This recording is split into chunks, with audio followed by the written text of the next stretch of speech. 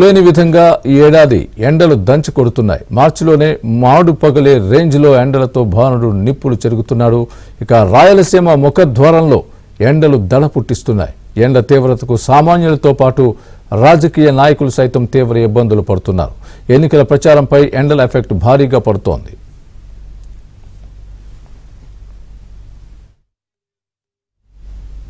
కర్నూలు జిల్లా ఎండల తీవ్రతపై మరిన్ని వివరాలు మా ప్రతినిధి సుంకన్న అందిస్తారు. సుంకన్న, కర్నూలు జిల్లాలో ఎండలు మండిపోతున్నాయి.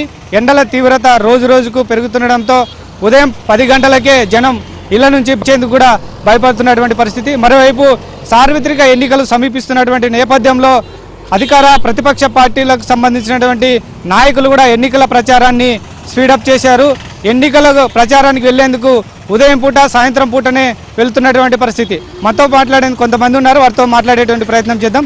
చెప్పండి, ఎన్నికల ప్రచారానికి ఎట్లా వెళ్తున్నారు? ఎండలు ఎక్కువ ఉన్నటువంటి క్రమంలో చాలా ఇబ్బందికరమైనటువంటి పరిస్థితులు.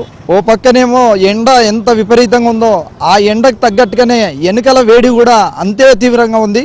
ఎవరైతే ఆ పార్లమెంటు స్థాయి అభ్యర్థులు ఉన్నారో వాళ్ళు ప్రచారం చేసుకోవడానికి కూడా చాలా ఇబ్బందికరమైన పరిస్థితి. ఉదయం సాయంత్రం తప్ప మిగతా టయాల ప్రచారం చేసుకోవడానికి ఎలాంటి అవకాశం లేకుండా అయిపోయింది. అది ప్రజలు కూడా 10 తర్వాత బయటికి రావాలంటే ఎంతో ఇబ్బందులు ఎదుర్కొంటున్నారు.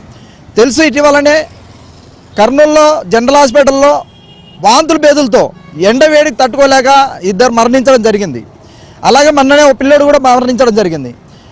ఈ వేడిని, ఈ ఎన్నికల వేడి రెండు కలిపి చాలా ఇబ్బంది కట్టే పరిస్థితికి అయితే స్పష్టంగా కనిపిస్తూ ఉంది. కేవలం ఉదయం సాయంత్రం మాత్రమే ప్రచారానికి అవకాశం ఉంది, అంత తప్ప వేరే మార్గం లేదు. మీరు చెప్పండి, 10 గంటల తర్వాత రోడ్ల మీదకి వస్తే పట్టుమని 10 నిమిషాలు కూడా రోడ్ల మీద ఉండలేనటువంటి పరిస్థితి. సో ఎండల వల్ల ఎలాంటి ఇబ్బందులు పడుతున్నారండి?